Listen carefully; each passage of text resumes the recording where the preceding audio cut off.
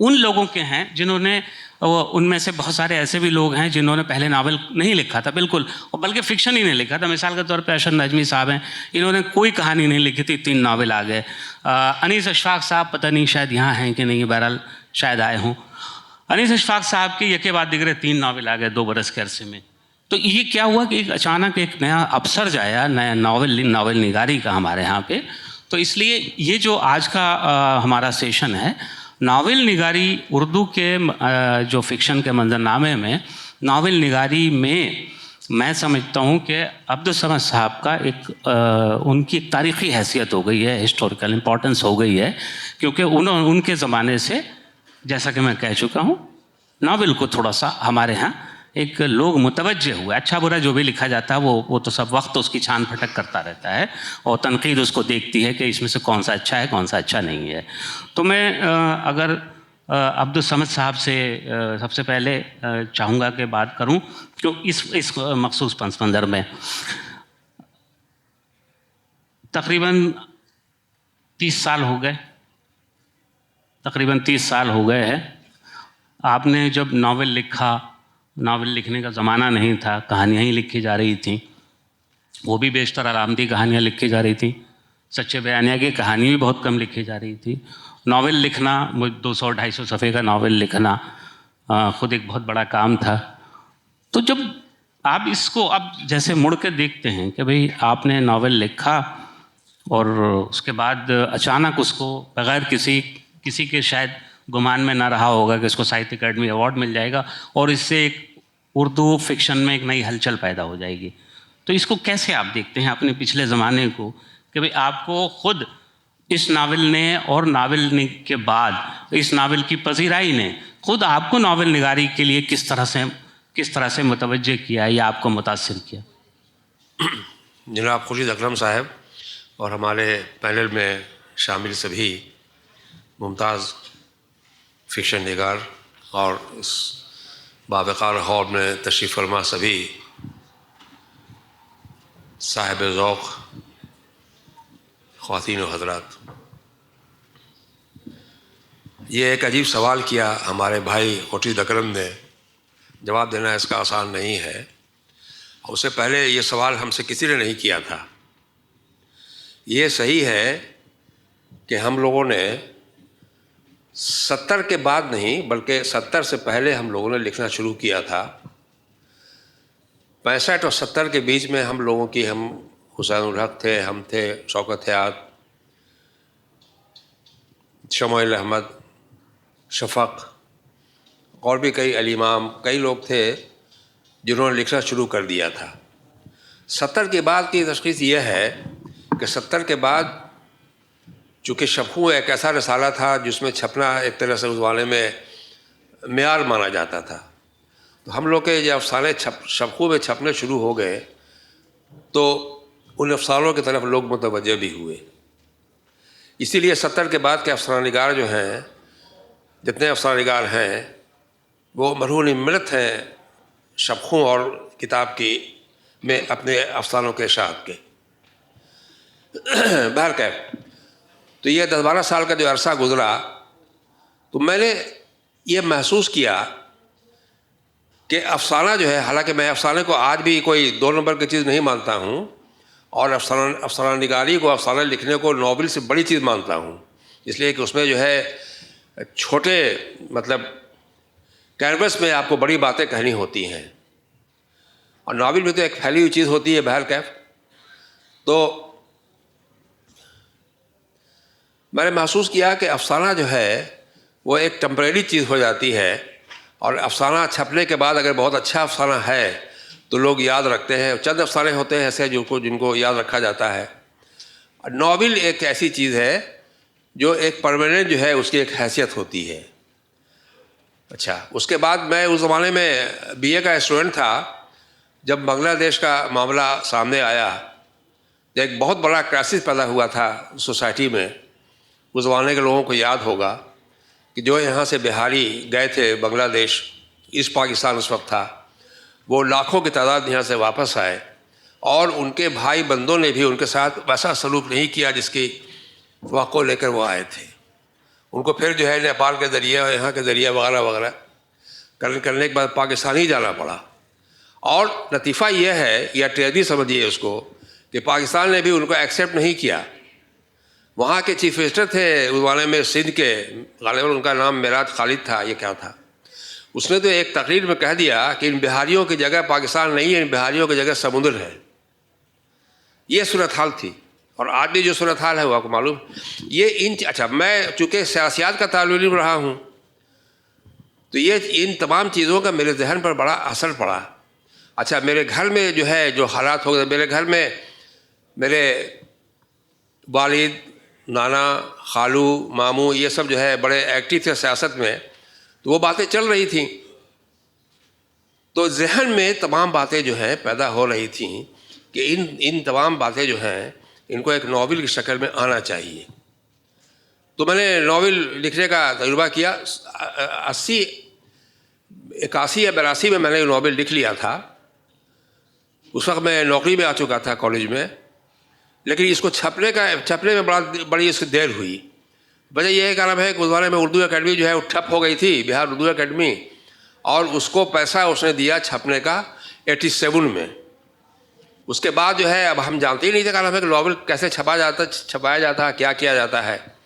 تو ہمارے ایک بہت ہی عزیز دوست جن کا انتقال ہو گیا، ابوالکلام قاسمی، وہ پٹنہ آئے. تو میں نے ان سے کہا کہ یار یہ مسودہ رکھا ہوا ہے ناول کا، پیسہ بھی مل گیا ہے، اس کو کیا کیا جائے. تو اس نے کہا کہ مسودہ ہم کو دے دو، ہم لے کے چلے، ہم نے اس کو چھپا لیتے ہیں. وہ لے کے آئے اور دلی کے کسی پبلشر سے انہوں نے چھپا کے اس کی ساری کاپیاں ہم کو بھیج دی. ظاہر کلام ہے کہ اس وقت جو ہے، لیکن یہ ذہن میں دور دور تک یہ بات نہیں تھی کہ اس کو ساہتیہ اکیڈمی کا کوئی بھی ایوارڈ ملے گا. اس کو اس کے بعد بات تھی نہیں. اس کے بعد جیسا کہتے ہیں ریسٹ از ہسٹری، اس کے بعد جس کو کہتے ہیں ریسٹ از ہسٹری.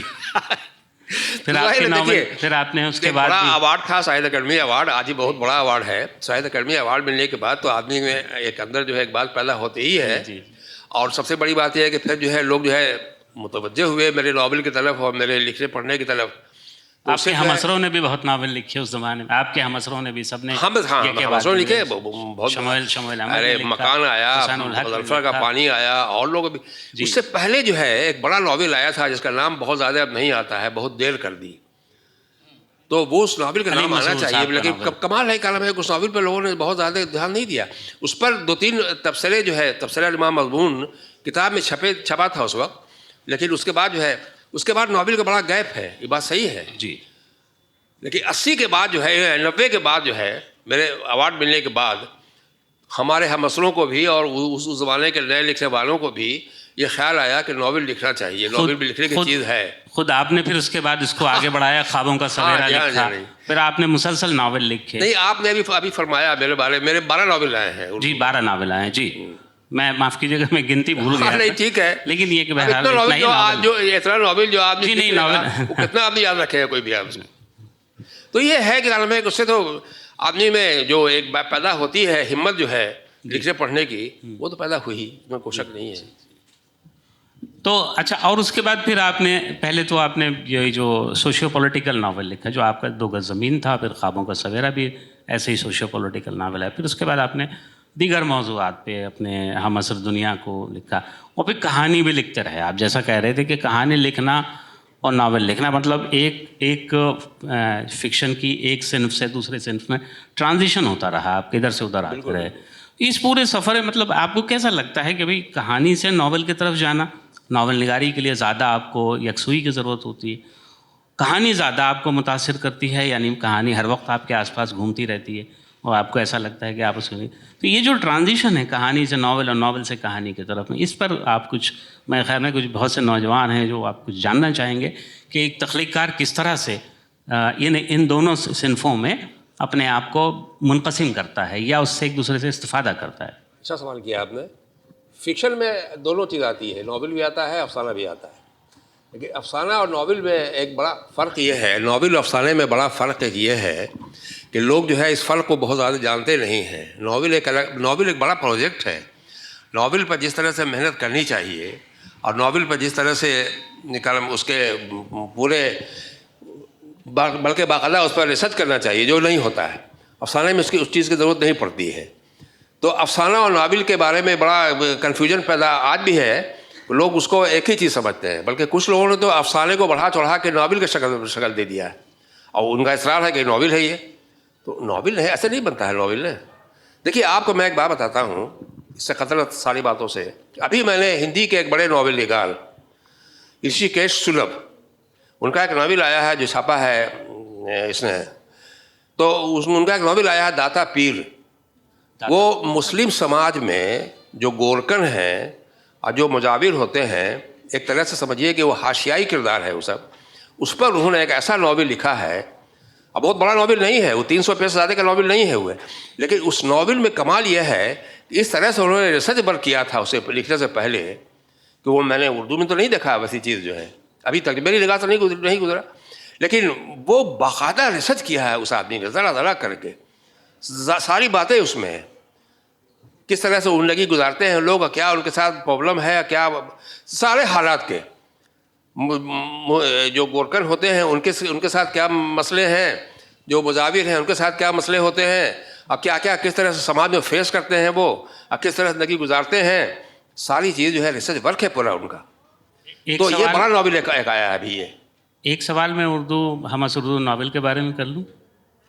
جی, بلکہ یہ سوال میں بعد میں آپ سے بھی کرنا چاہوں گا. مطلب جیسے میں نے کہا کہ بھئی ناول ہمارے ہاں اب اس وقت بہت زیادہ لکھا جا رہا ہے. ابھی آپ کو پتہ ہی ہے خالد جاوید صاحب یہاں بیٹھے ہیں, ان کے ناول کو اس وقت میں جیسے بھی پرائز لٹریچر کا ملا ہے جو بہت بڑا پرائز ہے, اور پذیرائی ان کی 3 ناول ان کے آ چکے ہیں, 4تھا ناول بھی چھپ گیا ہے ان کا. اور جیسے میں نے بتایا کہ تقریباً 50 کے 60 کے قریب ناول لکھے گئے ہیں, ان میں سے بہت سارے ناول آپ نے پڑھے ہوں گے, ان ناول نگاروں کو بھی پڑھا ہوگا کسی نہ کسی صورت میں آپ نے. بالکل. تو آپ کو کیسا لگتا ہے, میں یہ سوال آپ سے بھی کروں گا, ان سے بھی کروں گا, تو بہرحال آپ لوگ تو یہ جاننے کے لیے کہ بھئی یہ جو ناول لکھے جا رہے ہیں ہمارے یہاں, یہ کتنا مطلب انہوں نے ہماری پچھلی جو بڑی ناول نگاری کی بڑی روایت تھی, قرۃ العین حیدر عبداللہ حسین اور پریم چند, ان سے آگے کا کتنا سفر طے کیا اس نے, یا کون سے ایسے لوگ ہیں جو آپ کو لگتا ہے کہ یہ بڑے ہمارے یہاں بڑے پوٹینشیل ہیں اور انہوں نے جو ناول لکھے ہیں یہ ہمارے ناول کو آگے بڑھائیں گے؟ نہیں ہے لوگ, خالد جاوید جیسا. دیکھیے مشکل یہ ہو گئی ہے, مشکل یہ ہے کہ ہمارے ہاں میڈیوکر ناول اور بڑے ناول بھی کسی حد تک لکھے گئے ہیں, لیکن بہت بڑے ناول بہت کم لکھے گئے ہیں. بہت بڑے ناول کا اگر آپ جو ہے اگر فہرست بنائیں گے آپ, تو مشکل سے 8 یا 10 فہرست اس میں ناول میں آتا ہے. تو جو ناول لکھا ہے جیسے خدا کی بستی ہے, یا کا نام ہے وہ ان کا ہے عبداللہ حسین کا ناول ہے, اچھا وہ ہے, پھر علاوہ ایسے کا نام ہے قرۃ الحیدر کا وہ آگ کا دریا ہے. ایسے ناول جو ہے پھر کہاں لکھے گئے, اس ٹائپ سے پھر نہیں لکھے گئے ہیں. لیکن بہرکیف میں ادھر جو ہے ناول آیا ہے, خالد جاوید صاحب کا ناول ہے, نظمی صاحب کا ناول آیا ہے. ان لوگوں نے جو ہے ایک نئے ایک ٹرینڈ کو, تو صدیق عالم ہے, ان لوگوں نے تو ایک نئے ڈھنگ سے ناول کو ضرور لکھا ہے, اس میں شک نہیں ہے. اس میں ابھی لوں گا ابھی خدا ہی موجود ہے. ابھی آؤں. ہاں ٹھیک ہے, اب نہیں فتح صاحبہ نے بھی لکھا ہے, بہت اچھا ناول سے لکھا ہے انہوں نے. اور عورتیں ایسا نہیں ہے کہ نام نہیں لکھ رہی ہیں, لیکن ہم تو ابھی نام شروع کیا تھا بولنا ہم نے. تو ناول لکھے جا رہے ہیں, ایسا نہیں ہے. اور ناول جو ہے میں مطمئن نہیں ہوں ناول کی جو رفتار ہے, لیکن میں مایوس نہیں ہوں. ظاہر کارم ہے کہ اسی میں سے کوئی بڑی چیز جو ہے کوئی نہ کوئی ضرور لکھ ڈالے گا, اس کا ہم کو یقین ہے. اور جس طرح سے محنت لوگ کر رہے ہیں ناول میں, ناول نگاری میں, ناول لکھنے میں, اسے یقین ہے کارم ہے کہ وہ جو ہے ایسا نہیں ہوگا. ایک بڑا ناول, بہت بڑا ناول جو ہے وہ متوقع ہے اردو میں, جس طرح کا ماحول بن رہا ہے. لیکن مشکل یہ ہے نا, دیکھیے سب سے بڑی بات یہ کیا ہوتی ہے کہ ایک تو ریسرچ میں نے آپ کو کہا ہی ہم نے, دوسرے نئے لوگوں کے ساتھ سب سے بڑا مسئلہ یہ ہے کہ وہ تنقید برداشت نہیں کر پاتے ہیں. تو تنقید کو وہ جو ہے وہ اعتراض سمجھتے ہیں. تو تنقید کو آپ جو ہے ڈھنگ سے لیجئے بھائی. اگر وہ تنقید جو ہے اگر آپ کو اگر جو ہے راہ دکھاتی ہے تنقید جو ہے, تو اس کو ایکسیپٹ کیجئے. ہو مگر نہیں رہا ہے. یہ ہمارے عبدالصمد صاحب اتنے سینئر رائٹر ہیں, اور اگر وہ یہ کہہ رہے ہیں کہ بھائی ہمارے نئے لوگوں کو تنقید کے لیے اپنے دل میں جگہ رکھنی چاہیے, تو یہ ایک ایسی چیز ہے جو بہرحال آپ حضرات جو بھی نئے لکھنے والے ہیں انہیں نوٹ کر کے رکھنا چاہیے. بہرحال ابھی ہم لوگ جو گفتگو کر رہے تھے تو ذکیہ صاحبہ نے فرمایا کہ بھئی کچھ عورتوں کے نام لیجیے. میں عرض کر رہا ابھی میں اس پہ آتا ہوں. تھوڑا سا شاید میں ہوم ورک کر کے آیا ہوں اور انشاءاللہ بات کروں گا اس پہ. کہنا یہ چاہ رہا تھا کہ یہ ذکیہ صاحبہ نے جو بات کی ہے میں اس پہ پہلے تھوڑی سی اپنی ٹپڑی یا اپنی تبصرہ کر دوں کہ ساہتیہ اکیڈمی کو بنے ہوئے اب تقریباً 70 سال ہو گئے ہیں. 70 سال میں کسی خاتون افسانہ نگار کو سوائے قرۃ العین حیدر کے آج تک ایوارڈ نہیں ملا ہے. جی اس بات کے لیے میں بار بار ساہتیہ اکیڈمی کے ذمہ داروں کو ان دوستوں کو کہتا رہا ہوں. خود ان کے نام کی کئی بار میں نے ان لوگوں سے کہا کہ بھئی ان کے نام کی تجویز رکھی جائے. ذکیہ صاحبہ کو ہمارے ہاں سے ہماری شاعرات گزر گئیں, اتنی شاعرات ہوئیں. ہمارے معاشرے نے اپنی خواتین لکھنے والیوں کے ساتھ میں انصاف کیا ہے کہ نہیں کیا ہے یہ آپ بہتر جانتے ہیں, لیکن بہرحال ایک حقیقت تھی وہ میں نے آپ کے سامنے پیش کر دی کہ ہمارے ہاں 50 سال 70 سال تقریباً ہو گئے, اس بیچ میں کم سے کم 60 بار ایوارڈ دیے گئے ہیں, سوائے قرۃ العین حیدر کے کسی کو نہیں دیا گیا ہے ایوارڈ. اور سب جی کوئی اور اگر میں بھول گیا ہوں تو مجھے معاف کیجیے گا, ہے نا, معاف کیجیے گا مجھے. اچھا اب رہ گئی بات کہ بہرحال یہ تھوڑی سی ایک بات تھی جو ان کی گفتگو کے حوالے سے آ گئی. اس پہ میں پھر آؤں گا جو ہماری ہم عصر لکھنے والی خواتین ہیں. آپ سے مخاطب ہونا چاہتا ہوں. جی آپ نے زیادہ تر افسانے لکھے, مطلب 50 سال تقریباً آپ کا جو قلمی سفر ہے, اور 7 مجموعے چھپے ہیں. اس میں ہو سکتا ہے بہت سی کہانیاں کسی مجموعے میں نہ بھی شامل ہوں آپ کی. اور قصہ جانکی رمن پانڈے ان کا ایک ایسا وہ ہے افسانہ ہے جو بہرحال اینول اردو اسٹڈیز میں بھی چھپا ہے. بعد میں ان کا ایک اور افسانہ جو بیحد مشہور ہوا اشر نجمی صاحب کے رسالے میں چھپا تھا ماں کے نام سے. اور اس کے علاوہ متعدد افسانے ان کے ایسے ہیں. رسالہ آج نے ان کے افسانوں کا ایک بار 14-15 افسانے ایک ساتھ چھاپے, اور بھی لوگوں نے چھاپے, انگریزی میں کہانیاں چھپی ان کی. تو اور اس وقت میں یہ کہنا بھی یہ بھی چاہتا ہوں, تھوڑا سا وقت آپ کا اور لے رہا ہوں, کہ اس وقت پچھلے 10 برس میں ناول نے افسانے کو آج تک ہمارے ہاں اردو میں غزل کے بعد جو نثر کی جو صنف حاوی تھی وہ افسانہ تھا. افسانہ ہمارے ہاں رول کرتا رہا ہے. اور جتنے بڑے ہم نے افسانہ نگار پیدا کیے ہیں اتنے بڑے ناول نگار نہیں پیدا کیے قرۃ العین حیدر کو چھوڑ کے. اور اب شاید اگلے زمانوں میں خالد جاوید ہوں تو ہوں, اب یہ تو وقت طے کرتا ہے. لیکن پچھلے 10-15 برسوں میں ناول نے افسانے کو بالکل سائڈ کر دیا ہے. اب نئے افسانہ نگار نہیں آ رہے ہیں سامنے, جو آ رہے ہیں اکا دکا بھی حضرت یہ نوجوان بیٹھے ہیں نورین علی حق, ان کا ایک مجموعہ آیا ہے, اکا دکا آتے ہیں. لیکن اس طرح سے جیسے عبدالصمد صاحب نے کہا ایک پوری جنریشن آیا کرتی تھی. 70 کی نسل آتی تھی, 90 کی نسل آئی ہے جس میں 15-20 بہت اچھے لکھنے والے بڑے. وہ زمانہ اب تقریباً ختم ہو گیا. ناول نگاری پہ بہت توجہ ہوئی. اس زمانے میں اگر میں رسالے کا ایڈیٹر رہا ہوں, اس لیے مجھے پتہ ہے کہ رسالے کے ایڈیٹر کی نظر پڑتی ہے کہ بھئی اس کو اپنے رسالے کو چلانے کے لیے افسانے کی ضرورت ہے, تو وہ سب سے پہلے دیکھتا ہے تو ذکیہ مشہدی صاحبہ کہتے ہیں بھئی آپ نے لکھا کیا کوئی افسانہ, آپ عنایت کیجیے.